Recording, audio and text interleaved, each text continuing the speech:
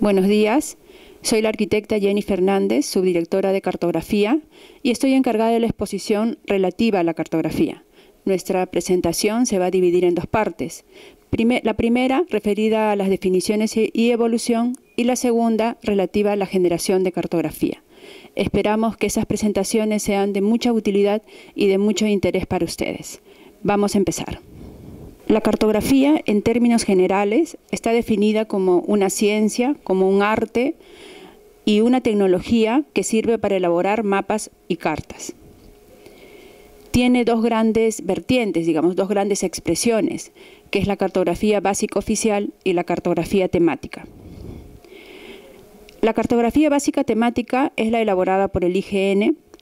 En ella se representa de manera detallada el paisaje terrestre y sirve como base para la elaboración de la cartografía temática.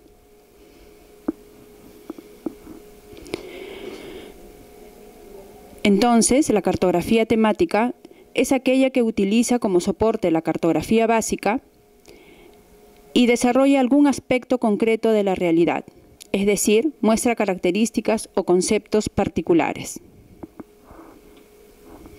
Acá tenemos un ejemplo de cartografía temática.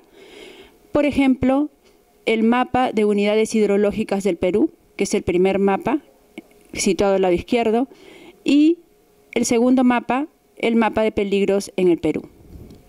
Para la formalización de la propiedad, nosotros utilizamos una variedad de mapas temáticos. El mapa de zonas de riesgo, de zonas arqueológicas, entre otros.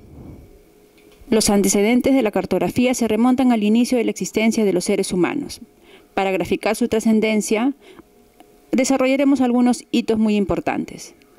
Por ejemplo, en Babilonia, en el año 500 a.C., ya existían unas tablillas en donde se habían esculpido la visión del mundo que se tenía en ese momento. El mundo se concebía de manera circular y Babilonia se lo ubicaba en el centro. El mar se ubicaba entre los dos círculos que se encuentra graficado en el lado izquierdo superior, y además las zonas triangulares eran las tierras desconocidas. Se ha establecido que en los textos cuneiformes que se ven en la tablilla se describían las distancias que habían entre las tierras y las características de los espacios representados. En el 250 a.C. ya Eratóstenes intentaba conocer cuál era el radio de la Tierra. Y en efecto, halló el radio de la Tierra aproximándose muchísimo a su valor real. En el año 100 después de Cristo, Ptolomeo fue el autor del primer Atlas Universal y ya en ese tiempo demostró conocer los meridianos y paralelos, y respecto de 8.000 lugares brindó información de su ubicación con datos de coordenadas, latitudes y longitudes. ¿Qué relación tiene la cartografía con otras ciencias? Tiene con muchas ciencias y con muchas disciplinas, pero vamos a desarrollar ahora las que resultan más importantes para nosotros. La relación que tiene con la topografía, con la geodesia, con la teledetección y con la fotogrametría.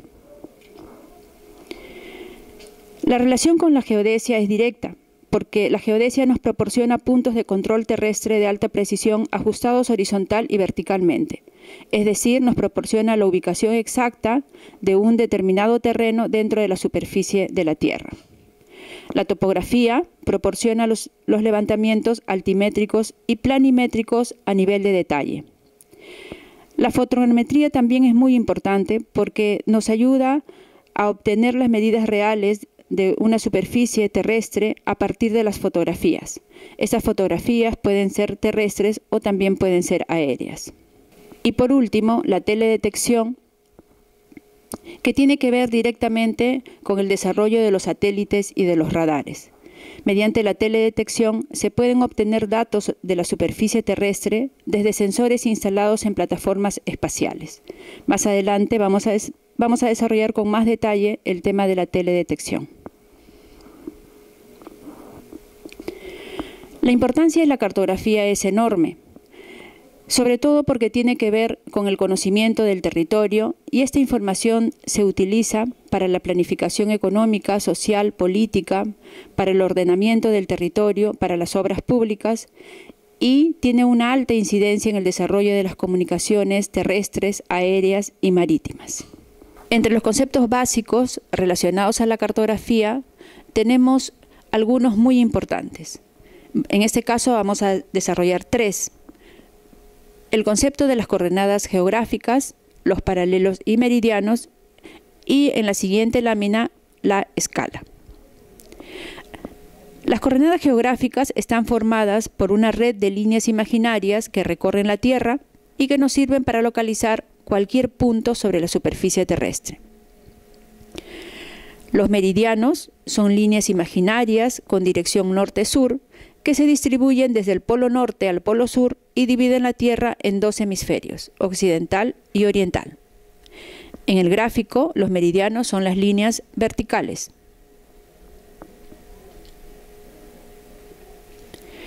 Los paralelos son líneas imaginarias perpendiculares al eje terrestre con dirección este-oeste que se distribuyen desde el ecuador. En nuestro gráfico, los paralelos son las líneas horizontales.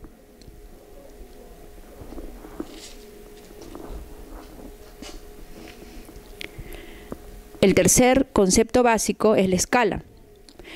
Es fácil entender que ninguna parte de nuestra Tierra, por pequeña que sea, puede ser reproducida a tamaño natural en una hoja de papel. Ahí la importancia de la escala. La escala se representa mediante una relación numérica de semejanza entre la distancia horizontal en la carta, mapa o plano y la distancia correspondiente en el terreno. Se representa por una fracción. Por ejemplo, 1 en 50.000, que es el caso del gráfico que está ubicado al lado izquierdo de la lámina. Esta expresión indica que una unidad de medida en el mapa equivale a 50.000 de la misma unidad medida sobre la superficie del terreno. Como ya hemos dicho, se lee 1 en 50.000. La forma de expresar la escala es mediante la escala gráfica o mediante la escala numérica. Los documentos más importantes de la cartografía son los mapas, las cartas y los planos. Los mapas se elaboran a escalas pequeñas, representan grandes superficies, no se detienen en detalles y contienen poca información. Las cartas representan áreas medianas, son tridimensionales, pues nos muestran latitud, longitud y altitud del área representada, y en ocasiones pueden tener curvas de nivel, lo que permitirá elaborar perfiles de los terrenos. Los planos son representaciones lineales de pequeñas superficies y en donde se pueden representar, por ejemplo, distritos, edificios, colegios, viviendas, etc. Contienen una gran cantidad de información, ya que se puede llegar a un nivel de detalle. En los planos, por ejemplo, nosotros encontramos avenidas, parques, plazas, etc. Y se elaboran a grandes escalas. Evolución de la cartografía. Tradicionalmente la cartografía se ha representado sobre papel, y esto representaba serios inconvenientes. No era posible el desarrollo de detalles, había dificultad para presentar información de grandes áreas y no se podían combinar información de diferentes mapas.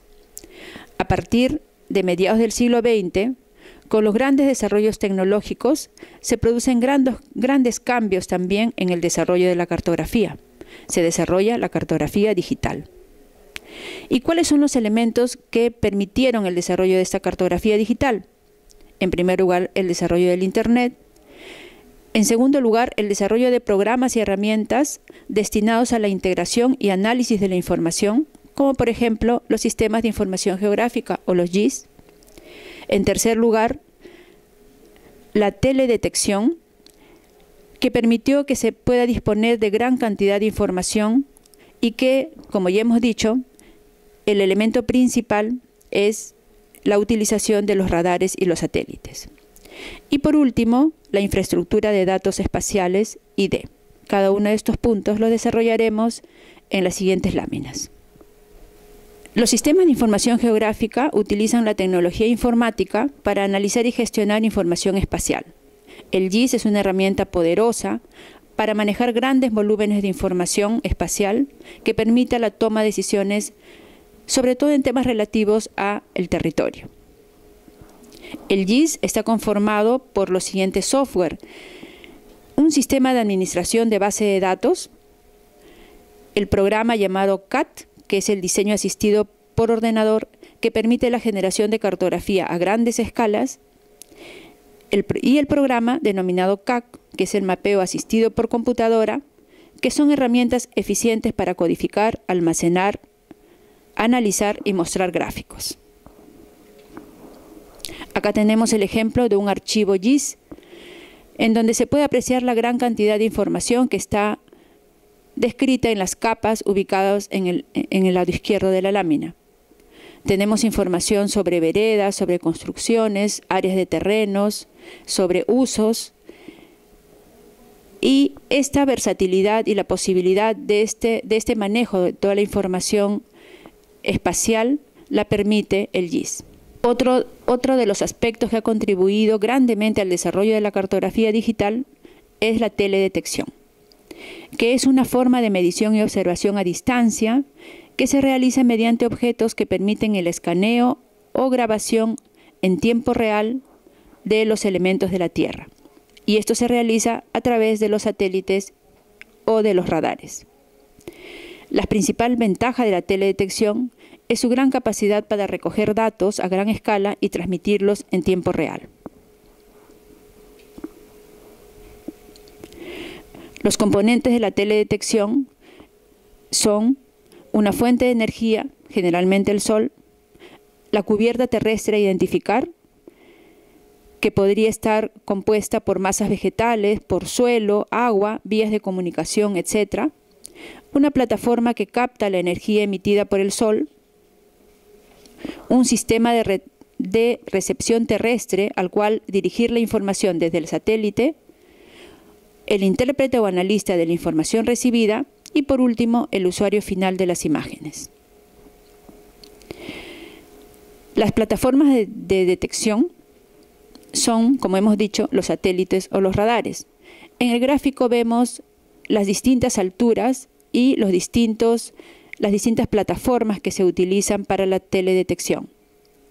Tenemos, por ejemplo, en el nivel más bajo, menos de 20 kilómetros, los aviones y los helicópteros, y en el nivel más alto, después de los 200 kilómetros y hasta los 40.000 kilómetros, los satélites.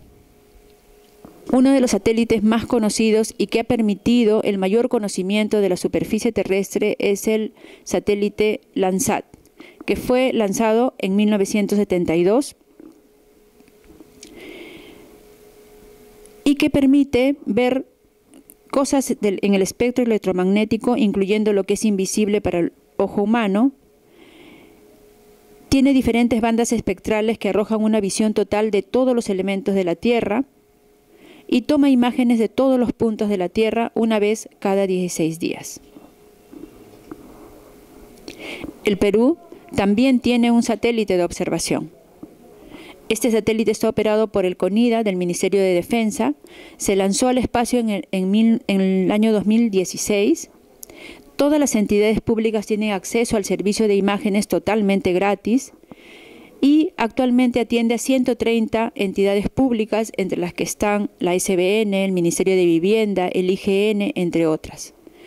Contribuye a identificar embarcaciones extranjeras que invaden el mar, actividades volcánicas, deshielo, terrenos invadidos, construcciones o modificaciones que no han sido declaradas, cambios en la superficie terrestre, etc.